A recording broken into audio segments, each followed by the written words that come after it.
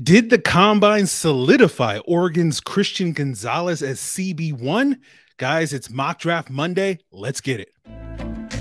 You are Locked On Falcons, your daily Atlanta Falcons podcast. Part of the Locked On Podcast Network, your team every day.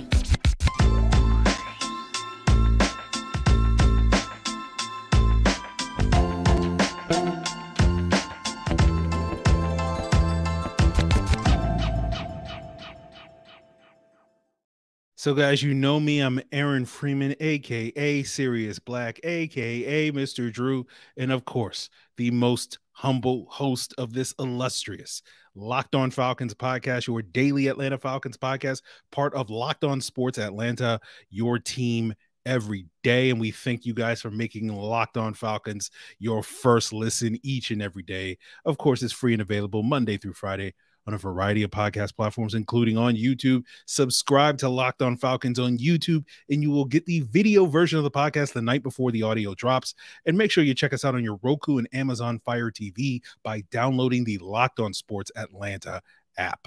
So, guys, it is another illustrious week here on Locked On Falcons, and we kick things off as we have done for the last month with a mock draft Monday. This week, looking back over the last couple of days to look at various mock drafts and talk about a player.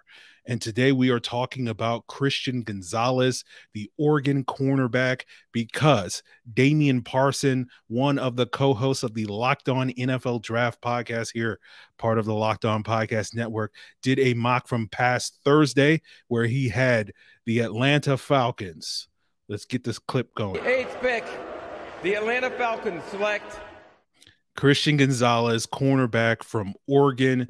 And we've been talking about the possibility that Christian Gonzalez could be on the Falcons' radar in round one, and talking about his and how he stacks up with a Devon Witherspoon at Illinois in terms of who could be that top cornerback off the board. A lot of people have Witherspoon as their highest rated corner, in their draft rankings, but there's a couple of people that like Gonzalez a little bit better. Dane Brugler is one of them. TDN, the Draft Network, which Damian Parson is a part of, is another one. And, you look at Gonzalez's combine over the weekend, he checked a lot of boxes, measuring at 6'1" and 3/8 inch, 197 pounds. And we've talked about before how top 10 corners in the NFL that are drafted in the top 10 tend to look a certain way, right? And if you crunch the numbers on the cornerbacks that have gone in the top 10 since 2010, the average height was about 6'1.5" 199 pounds. So right about where Christian Gonzalez was. Gonzalez measured with 32-inch arms. The average for a top 10 corner was 32.25 inch. Gonzalez's 40 time was 4.38. He had an 11.1 broad jump, and the averages for those top corners are 4.41 and a 10.7 broad jump. So a little bit explosive than your typical top 10 corner, slightly taller, a little lighter, and slightly less long arms. So he checked all the boxes in terms of what a top 10 corner typically looks like. Gonzalez looked at that. And, when you look at Gonzalez's vertical jump and some of these other metrics, he had a 41.5 inch vertical, and he compares very favorably to a first round corner that was not taken in the top 10, was actually taken 11th overall. That is none other than Marshawn Lattimore, who measured in at 6 foot, 193 pounds, 31.25 inch arms, 4.36 speed, 11.0 broad jump, and a 38.5 inch vertical. And of course, that's notable that, Gonzalez and Lattimore compare because, you look at who the Falcons defensive coordinator is, with Ryan Nielsen coming from New Orleans Saints and, being there as part of that initial draft class. Nielsen's first time in New Orleans was also the year that they drafted Marshawn Lattimore. So, you wonder if there's some comparisons there that will, look favorably. Of course, Terry Fonten of the Falcons, current general manager, was also part of that Saints organization when they drafted Lattimore. And, Gonzalez's background is an interesting one. He comes from a very athletic family. His dad played college basketball at UTEP. He has two older sisters that are All-American track stars. You might know his sister, Melissa Gonzalez, who is married to noted Falcon killer David Blau. And he was kind of featured, and she was featured on Hard Knocks this past summer because the previous summer she ran for Columbia in the Olympic Games. And so it should be no surprise that Gonzalez tested particularly well. He started his college career playing at Colorado, spent 2 years there before transferring to Oregon this past year. Only had no interceptions in his 2 years at Colorado, then had 4 this past year at Oregon. And you sort of look at some of the plays, despite that lack of on-ball production, you see, when you look at the plays that he picked off this year, you see ball skills there, but you do wonder a little bit about from his Colorado film. We'll talk about that in a second, but he has the size, the speed, the quickness to really match up against any type of receiver that you could potentially have, whether it's a big guy, whether it's a fast guy. He seems to have the tools that you want there, and those tend to be the best corners. They're not just specialists in I can match up with the big guys, or I can match up with the quick guys. I can match up with all the types. But one of the things you do wonder about his skill set is I watched a couple of reps where I did think some of the quicker guys that he went up against were able to get on top of him. And part of me kind of wonders, does his technique need to be cleaned up a little bit? Because he's so used to being the best athlete on the field. And so maybe he can get a little sloppy with some of the technical stuff. But when you think about Christian Gonzalez, inevitably with the Falcons, a big conversation is going to be revisiting that game he had against Drake London in 2021. When he was still at Colorado. And of course, Drake London was at USC, and it was kind of an up and down game against for Gonzalez. And you can make the argument that Drake London is probably, at least based off of where guys are projected to get drafted and where London was drafted, he's probably the best receiver that Gonzalez faced, at least in the last 2 years. I'd have to go back and look at the 2020 Colorado scheduled to see if there was another sort of Pac-12 receiver that jumped out. But, in that Drake London game, I did go back and watch that a couple of weeks ago because I had heard so many negative things like, oh, Drake London cooked him. And I remember Drake London having a good game against Colorado. But when I rewatched the game, I came away more impressed with Gonzalez. Like, the issue that he had was he got beat a couple of times by Drake London, and he didn't do a great job locating the ball in the air. And that's where we get into maybe some of the concerns about the ball skills and why he didn't have as much ball production at Colorado as he did at Oregon. But, in terms of the physicality that Drake London, we all know that he plays with, I thought Gonzalez did a reasonably good job. And so part of me kind of wonders a little bit if you're, matching Christian Gonzalez across the field from AJ Terrell. You're looking at, we know Terrell tends to struggle a little bit more with bigger guys and does better against quicker guys. And I kind of wonder maybe Gonzalez can be the opposite. Maybe he struggles a little bit with quicker guys, but can hold his own against the bigger guys. So we'll see how that, evaluation goes. I wished that we would have gotten to see Gonzalez go up against some of the USC receivers like Jordan Addison this year. They did not play USC this year. So it's a little bit of a tough evaluation just because, and it goes back to the same conversation we had with Drake London, or at least the question mark I had with Drake London was, it was one thing, the Moss, these Pac-12 corners, but the NFL corner is going to be a little bit different.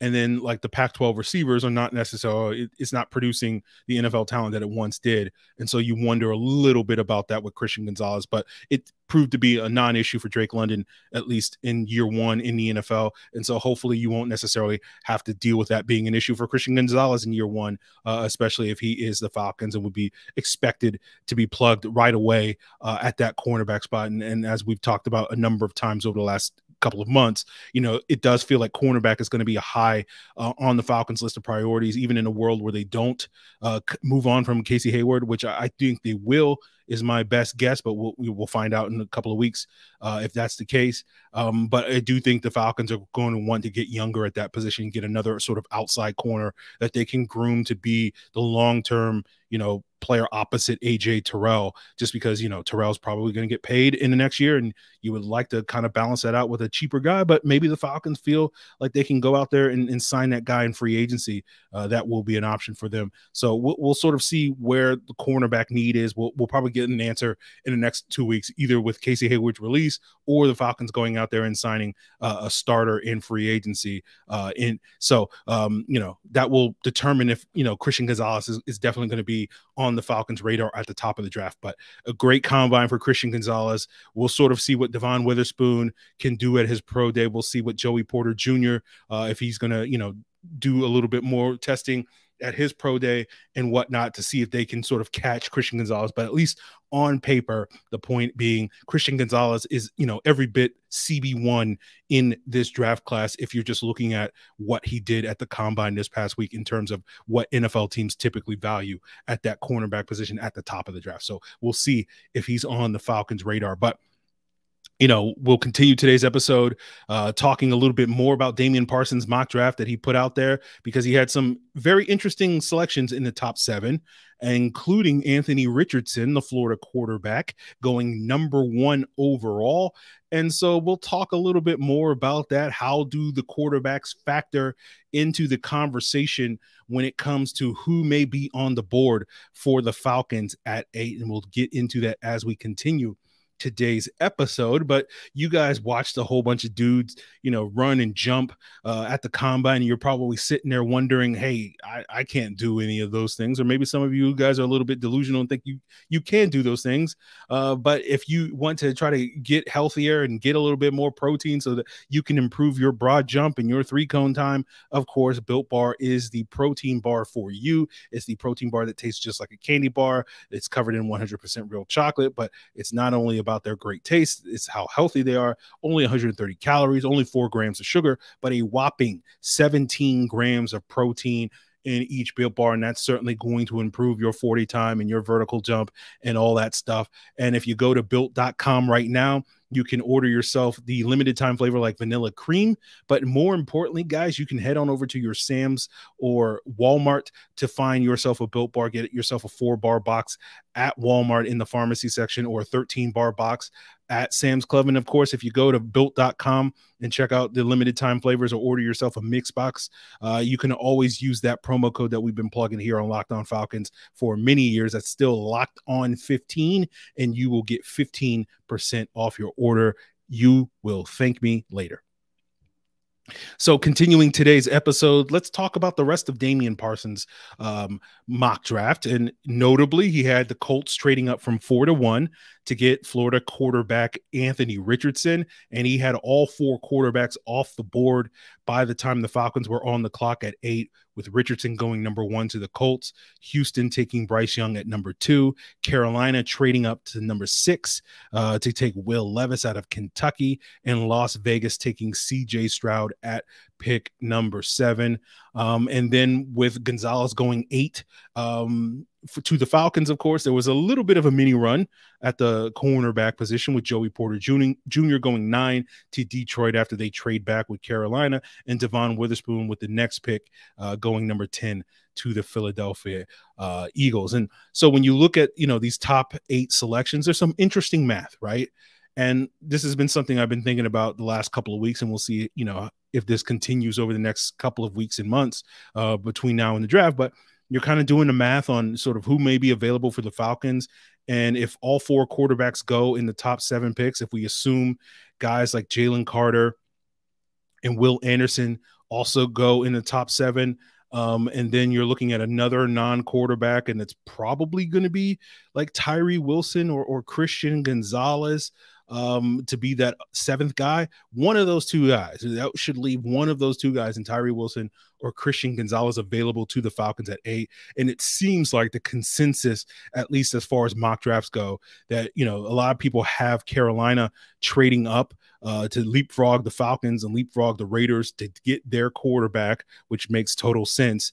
And basically, depending on who you have Carolina trading up with, if they trade up with Seattle and Seattle moves back, then typically Detroit at 6 takes Christian Gonzalez in a lot of these mock drafts. But if they move and swap up like they did in Damian's mock draft and Carolina goes to 6 with Detroit, Seattle stays and picks, Tyree Wilson at 5. And so kind of depending on that, that's kind of where it seems to be the kind of consensus when people are looking at sort of the top 8 selections. So it does feel like the Falcons are potentially going to have their pick of one of the top edge rushers in this draft in Tyree Wilson, one of the top corners in this draft in potentially Christian Gonzalez. But who knows? The Falcons may value, Devon Witherspoon or Joey Porter Jr. over a guy like Christian Gonzalez. Maybe the Falcons will value Clemson pass rusher Myles Murphy or Lucas Van Ness out of Iowa over someone like Tyree Wilson on their in individual team draft board. So, when you look at the consensus rankings, it's hard to sort of, look at that and say, this is what all the NFL teams, but it's sort of the general feeling. And so we'll see, we'll monitor, we'll keep track on that in terms of, keeping an eye on sort of whether or not certain guys start to slide down the board. Like maybe people start not looking at Seattle taking Tyree Wilson. Maybe they start looking at them taking somebody else. Who knows at this point in time? So that will be something to keep an eye on. But when you're doing the math, it does feel like D-end or cornerback, the Falcons may not have their choice of those guys at that spot, but they should be able to get one of the top guys at one of those spots at that pick 8 selection, which I think is going to be music to a lot of folks' ears when it comes to the Falcons being able to get a big-time defensive playmaker in the top 10 of this draft. But, of course, let's talk a little bit about the quarterback situation. And, Damian had Richardson going number 1. That feels a little bit far-fetched. Now, granted, this was before Richardson, quote-unquote, blew up the combine, and there will be people that I know, and we may wind up having some of these people be guests on the podcast at a later date in April when we get into the conversation about the quarterbacks in depth. We may have some people on the podcast that have Richardson as their QB1 in this year's draft, but I really doubt the Falcons are going, the NFL, I should say.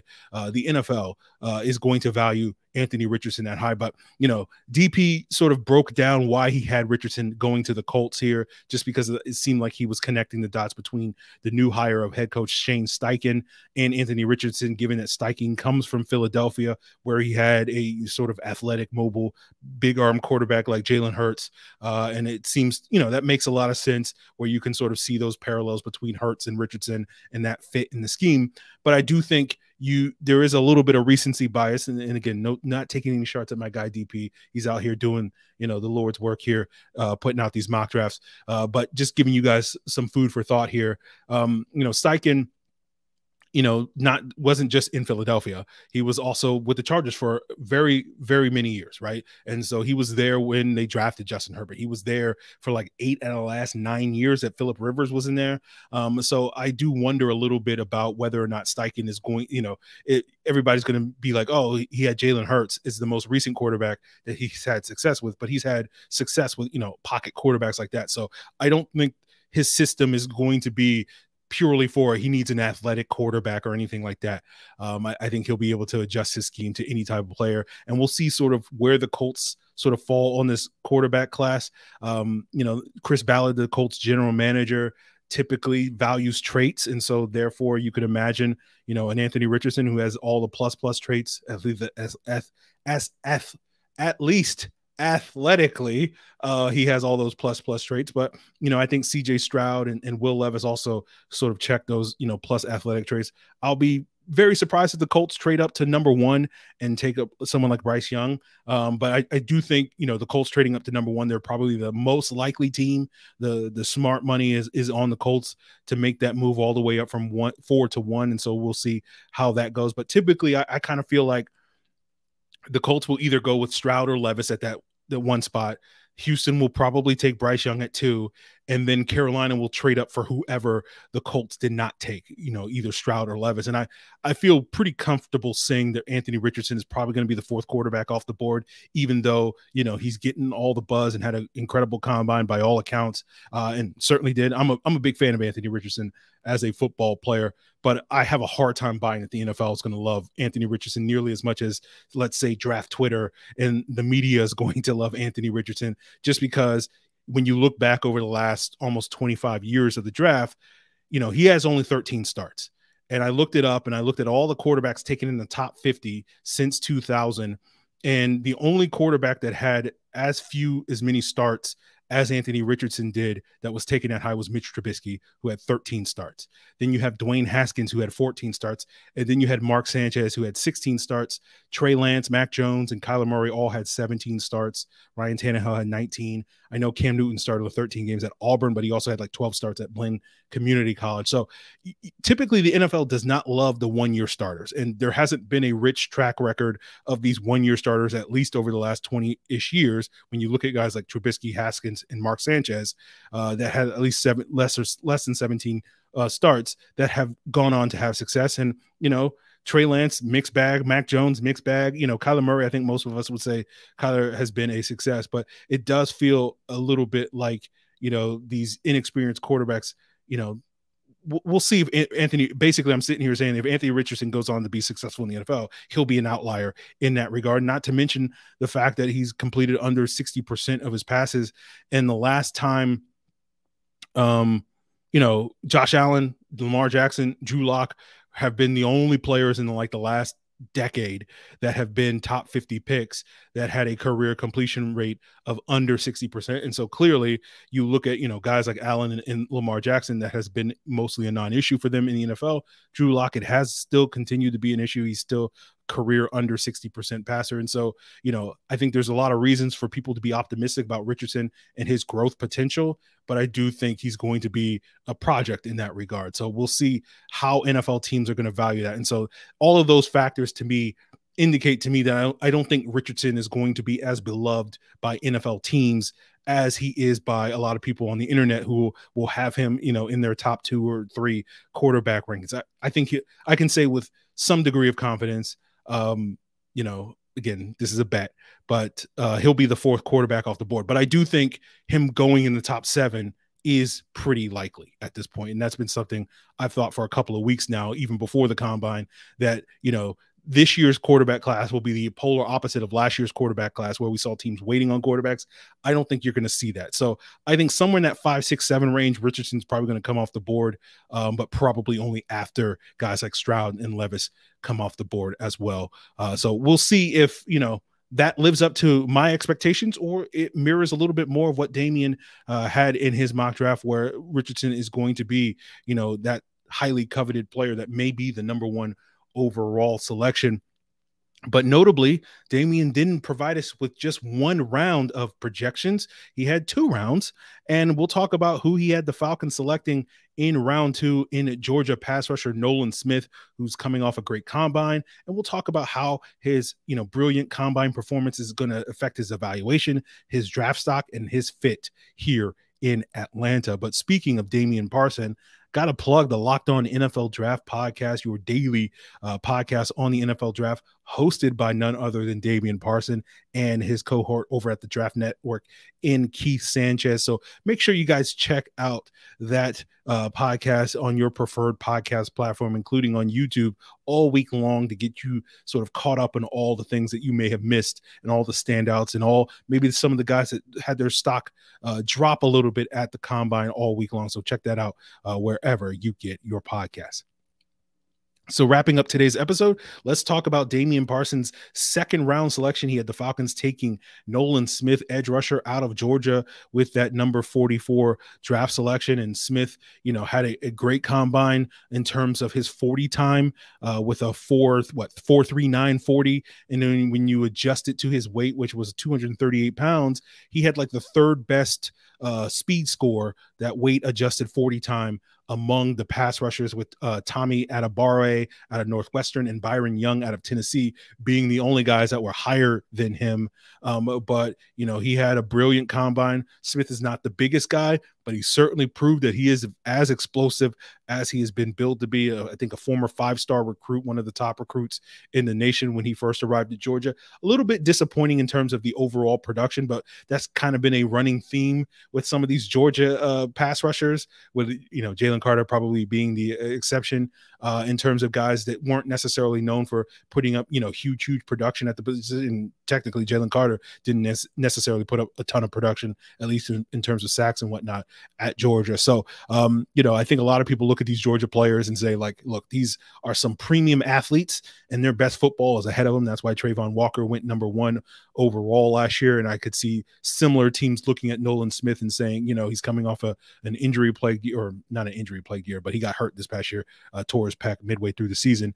And his best football is also going to be ahead of him. I think when you look at Smith's skill set, purely explosive speed rusher type of guy, you do see him convert speed to power at times with the bull rush, but usually I think it's more when he's lining up in some of those wider techniques in terms of like generating that natural power and torque that you're looking for in terms of a guy that can be a bull rusher, a high-level bull rusher at the next level. I don't think you quite see that, but he's certainly, given his explosiveness, you get 240 pounds moving at a high rate of speed, that can generate some force behind it. So I think if you're a big fan of Nolan Smith, you're going to compare him to Hassan Reddick, right? Because they're similar size, similar explosiveness. If you're not as big a fan of that type of rusher, that undersized pass rusher, you might compare him a little bit to Vic Beasley. There is some overlap in their game in terms of how they win, at the collegiate level, their size, their speed, their explosiveness. Obviously, I don't think anybody's going to be questioning, whether or not Nolan Smith has that dog in him like they did with Vic Beasley throughout his NFL career. So I don't think that's as big an issue from a playing personality standpoint with Nolan Smith, but certainly just from a type of pass rusher that he is, there are some similarities there with Vic Beasley. And I think for that reason, you're not going to probably see him too high on the Falcons' radar in terms of whether or not they would pull the trigger on him, just because of the size concerns, right? And we've talked about this a number of times, that with what Ryan Nielsen is expected to bring here from a defensive standpoint in a Falcons defensive line, that's going to be expected to play with some lighter boxes, given how much sort of cover 2 under they're going to play, and having 7 guys drop in the coverage pretty consistently on passing downs, not being a team that's going to blitz a ton. All those various things. They want, defensive linemen that can be 3-down impact players. That's what they had in New Orleans. They consistently targeted guys that were like 265 or bigger at the edge rushing positions consistently over the time that Nielsen was there. I think that will follow Nielsen here to Atlanta. And so when you look at a player like Nolan Smith, who probably, could easily get to 240, 245, 250 potentially on his frame at the next level, that may be a little bit too undersized for the Atlanta Falcons. And so, I don't know if that's going to put him on the Falcons' radar, but certainly I wonder if it's going to affect how he's viewed by other NFL teams, right?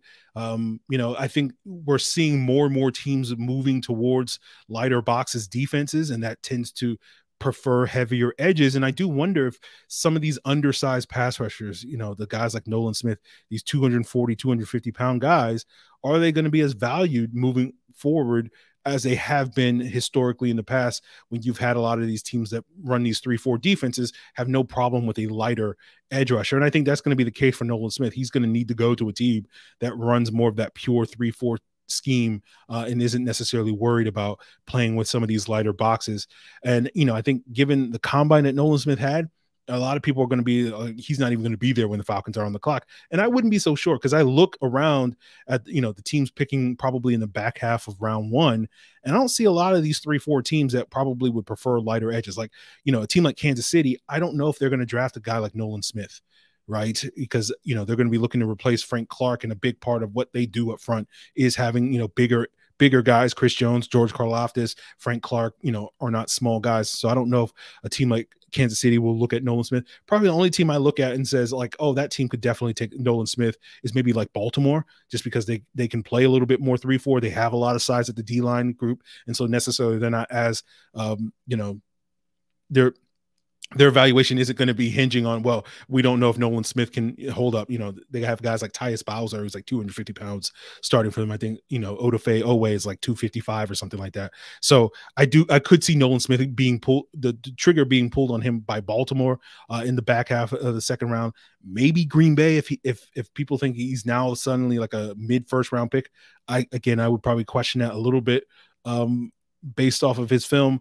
But, I certainly could see him being off the board with some of the teams picking early in round 2, teams like Arizona, the Rams, Carolina, that are probably looking to play a little bit more 3-4 types of looks for their respective teams. Or, Arizona's probably going to play a 4-3, but, Hassan Reddick, with Jonathan Gannon, he just had a player like that in Philadelphia. So I could see him going for Nolan Smith to be his version of that player in Arizona. So I could definitely see Nolan Smith gone by the time the Falcons are on the clock at pick 44, but I don't know if it's going to be in round 1. So we'll see if Nolan Smith's, combine and, he checks all the box from intangibles, playing personality. He was out here selling Georgia better than any other, Kirby Smart wishes he could recruit, as well as Nolan Smith was trying to recruit on the television during the combine. So certainly a great human being as far as I can tell, and looking forward to seeing his success in the NFL, but I don't think it's going to be in Atlanta, just because I think they're going to look